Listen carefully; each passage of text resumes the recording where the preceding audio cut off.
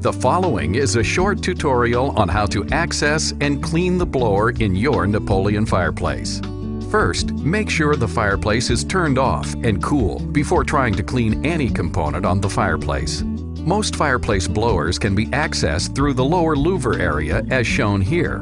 For the exact location of the blower on your fireplace, please consult your owner's manual. It's important that this area is cleaned regularly to ensure long blower life, as dust and other fine particles can clog the blower and cause it to fail prematurely.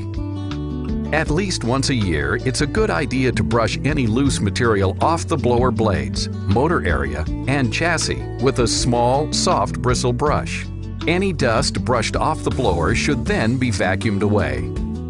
Whether this cleaning is performed by yourself or a qualified service person from your local Napoleon dealer, it's important to the longevity of your blower that this is performed annually. Thank you for watching.